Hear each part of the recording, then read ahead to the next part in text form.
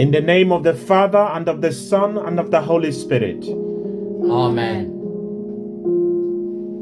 Welcome back to Pointing to the Saviour of the World on this 19th Sunday in Ordinary Time, Year A. May your love be upon us, O Lord, as we place all our hope in you. Brothers and sisters, the Word of God this Sunday encourages us not to lose heart or give in to despondency, but to trust in the Lord, who is with us even when we are unaware of his presence. In the first reading today, we see the great prophet Elijah in a state of crisis, physically, mentally, and spiritually, hungry, exhausted, and disillusioned. He wanted to die. In the second reading, St. Paul talks about his great sorrow and anguish for the tribe of Israel. In the gospel story, where we see Jesus walk on water and encourages Peter to do the same, we are presented with a lesson of strength, not in short-lived bravado, but in vulnerable trust. Friends, we continue to pray for our brothers and sisters who have gone before us, especially Teresia Kemeng, who died this week. Let us also remember Iya, Dora, Masumbe, Akwache, Nestorin Bo, who died recently. May God grant them all eternal rest.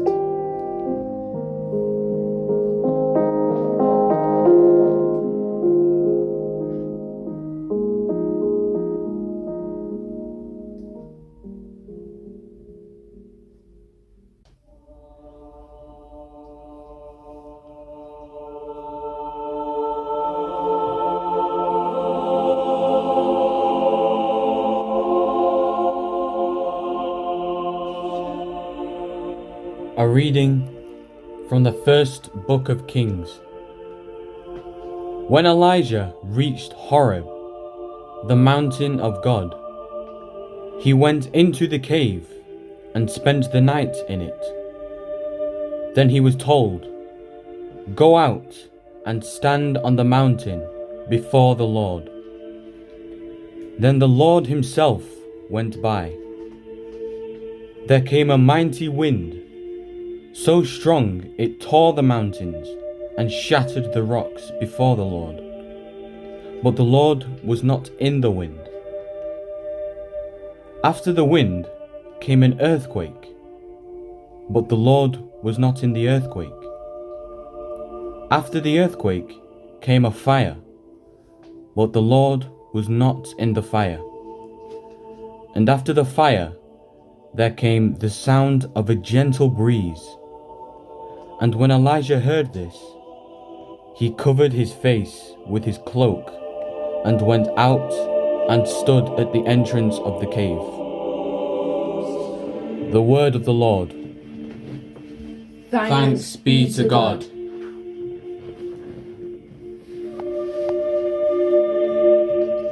Let us see, O Lord, your mercy, and give us your saving help. Let us see, O Lord, your mercy, and give us your saving help.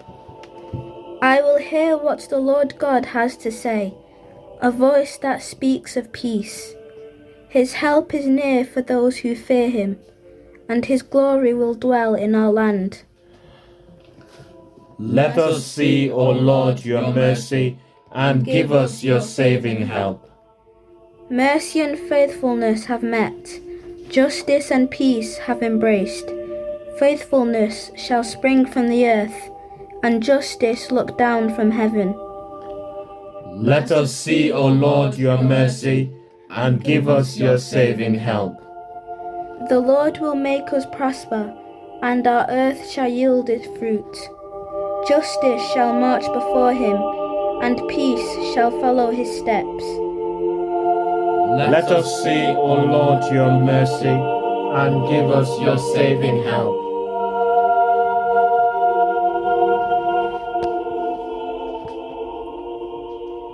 A reading from the letter of St. Paul to the Romans. What I want to say now is no pretense. I say it in union with Christ. It is the truth. My conscience in union with the Holy Spirit assures me of it too. What I want to say is this. My sorrow is so great, my mental anguish so endless. I would willingly be condemned and be cut off from Christ if it could help my brothers of Israel, my own flesh and blood. They were adopted as sons. They were given the glory and the covenants. The law and the ritual were drawn up for them, and the promises were made to them. They are descended from the patriarchs, and from their flesh and blood came Christ, who is above all, God forever blessed. Amen. The word of the Lord. Thanks be to God.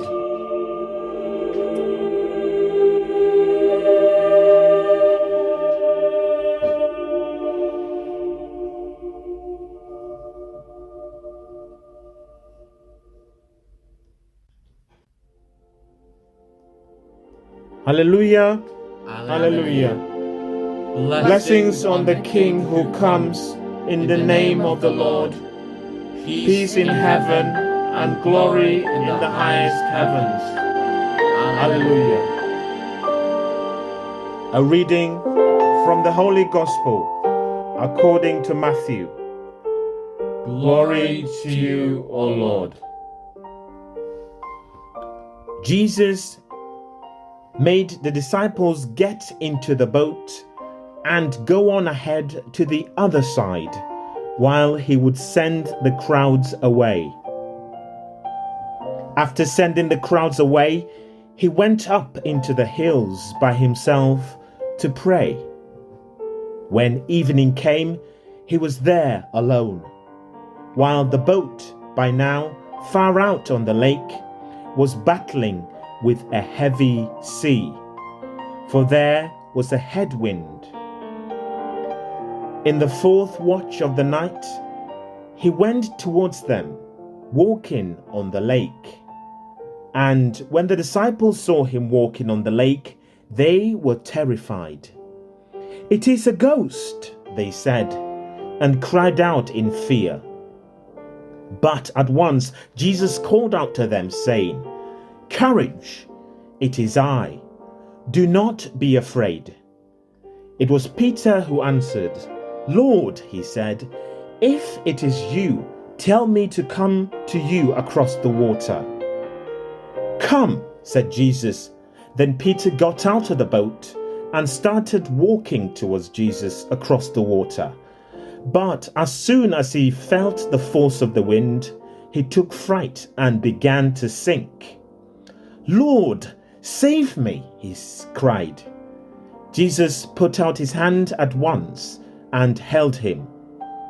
"Man of little faith," he said, "why did you doubt?" And as they got into the boat, the wind dropped. The men in the boat bowed down before him and said, "Truly, you are the Son of God." The Gospel of the Lord. Praise to you, Lord Jesus Christ.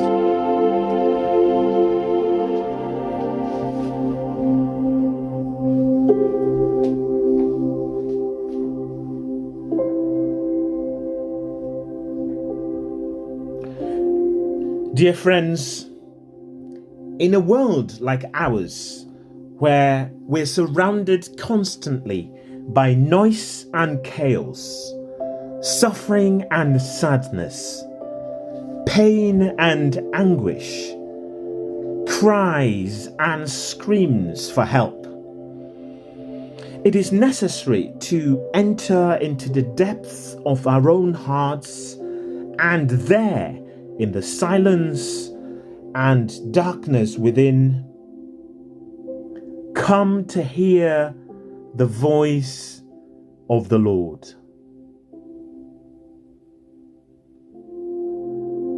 The first reading in particular is poignant as it provides us with a strange but insightful theophany, a manifestation of God to the prophet Elijah during one of the darkest moments of his life.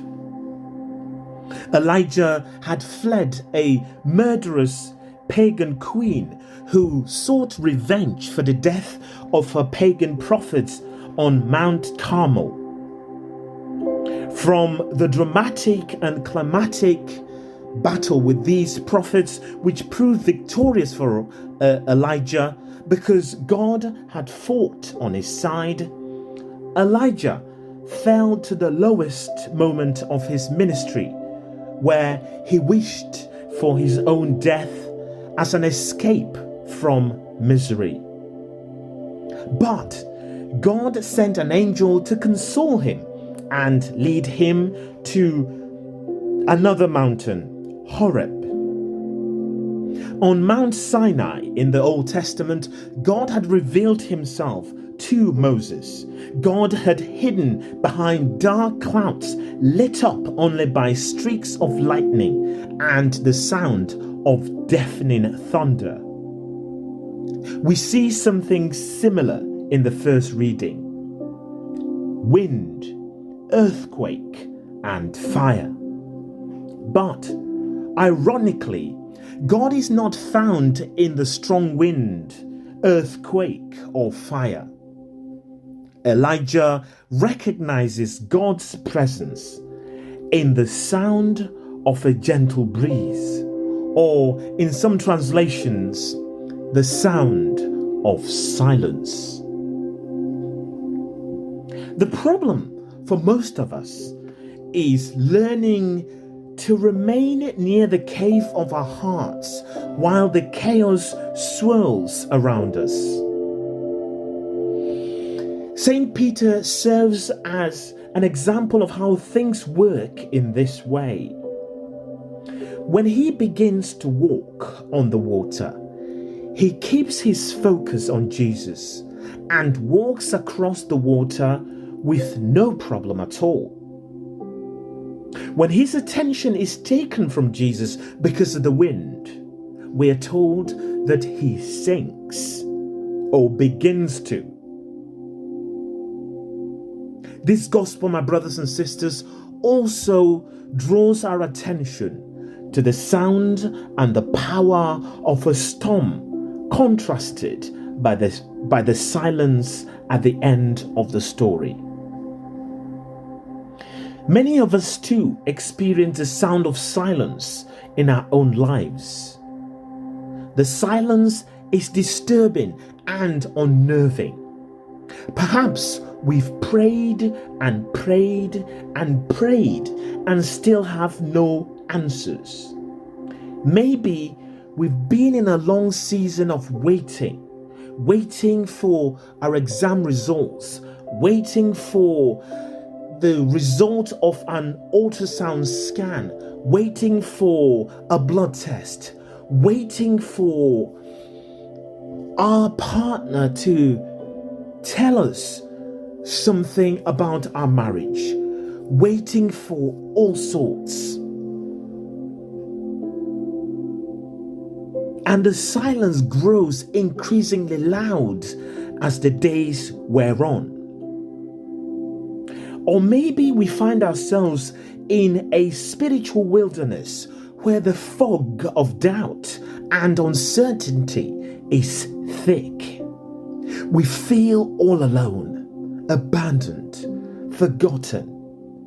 And the silence makes us think God has turned and simply walked away, we start to think he's given up on us, and we begin to wonder if we too should.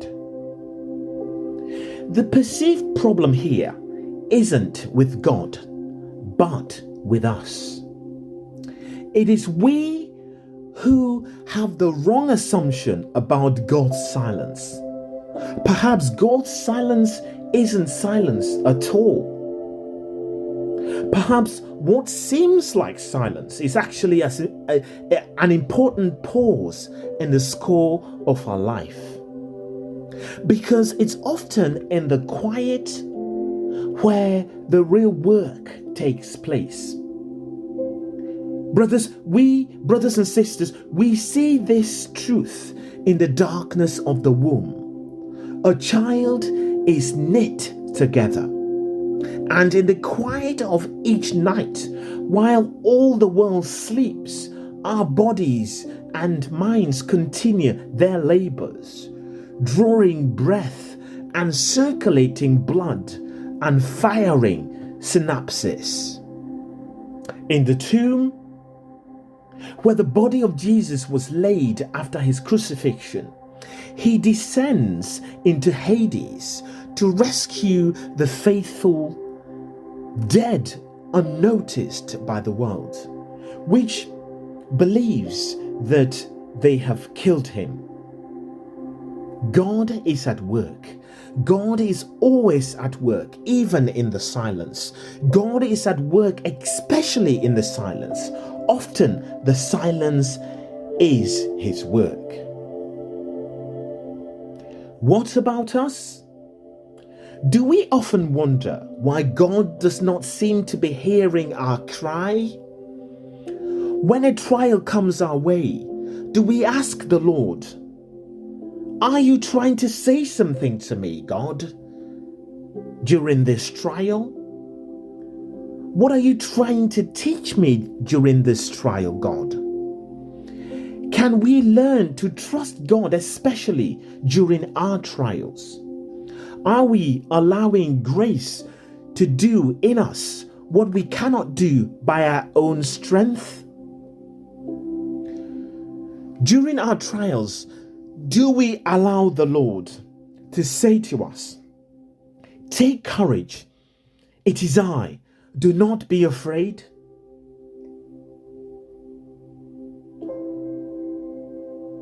Or, "O you of little faith, why did you doubt?"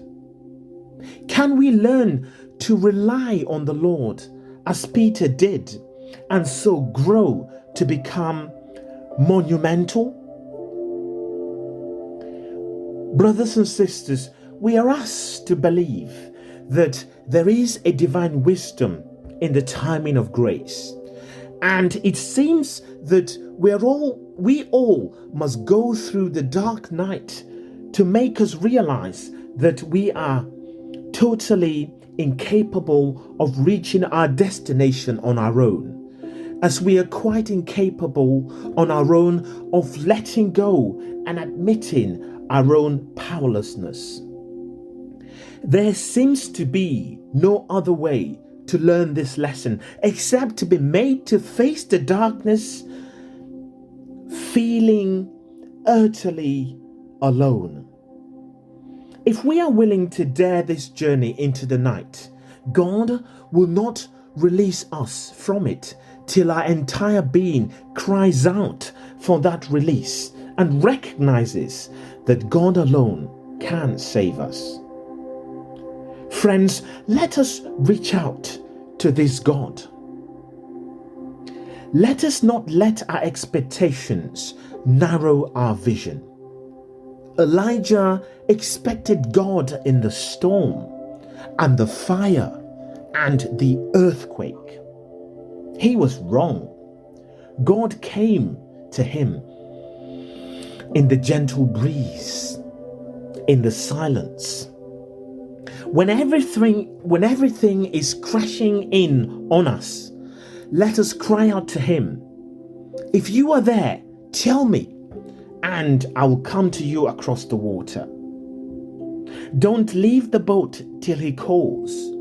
But when he calls, let us go to him, keeping our own eyes on him, trusting in his love and compassion.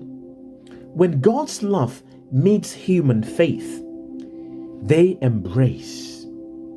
And it is in this embrace that our troubled hearts experience peace. All these ideas are expressed beautifully in today's responsorial psalm. I can think of no suggestion better than that we take a time out, go like Elijah to the mountain, cover our own head with a veil of silence, and slowly read Psalm 89, line by line, pausing to let the words flow over our souls. Let us have no doubt that God will hold us and that Jesus will share his prayer and peace with us.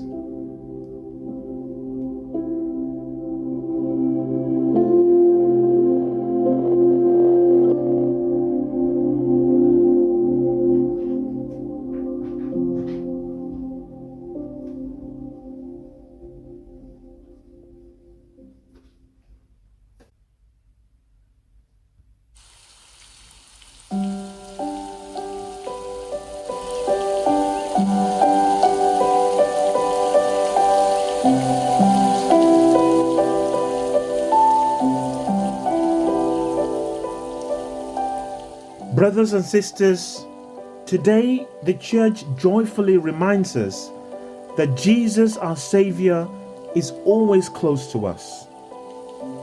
He calms the storms of our lives. He lifts us from the depths and restores our peace. With this in mind, let us bring all our cares, worries, and troubles to Him.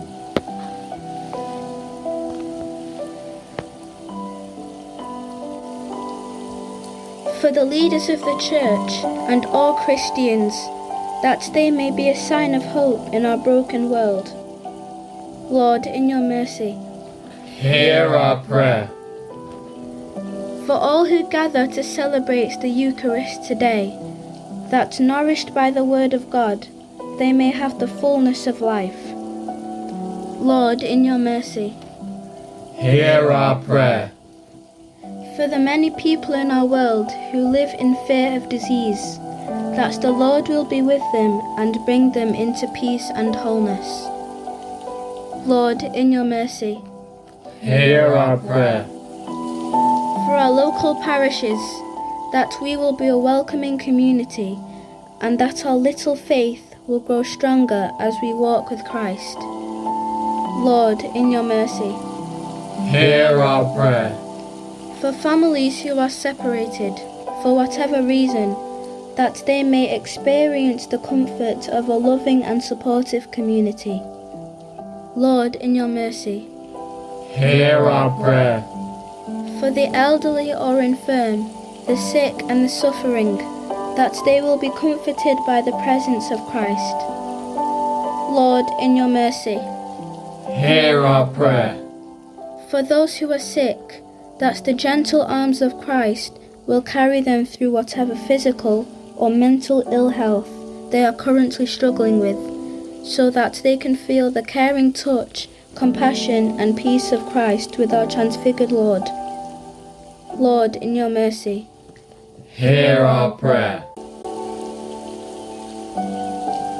for those who have died recently and all those whose anniversaries occur around this time, Iya, Dora, Masumbe, Nestorine Bo, Akwache. We pray that God will forgive them their sins. May perpetual light shine upon them. May they live in peace with God forever. Lord, in your mercy, Hear our prayer. we now present our own personal petitions to God, who is always there to hear us.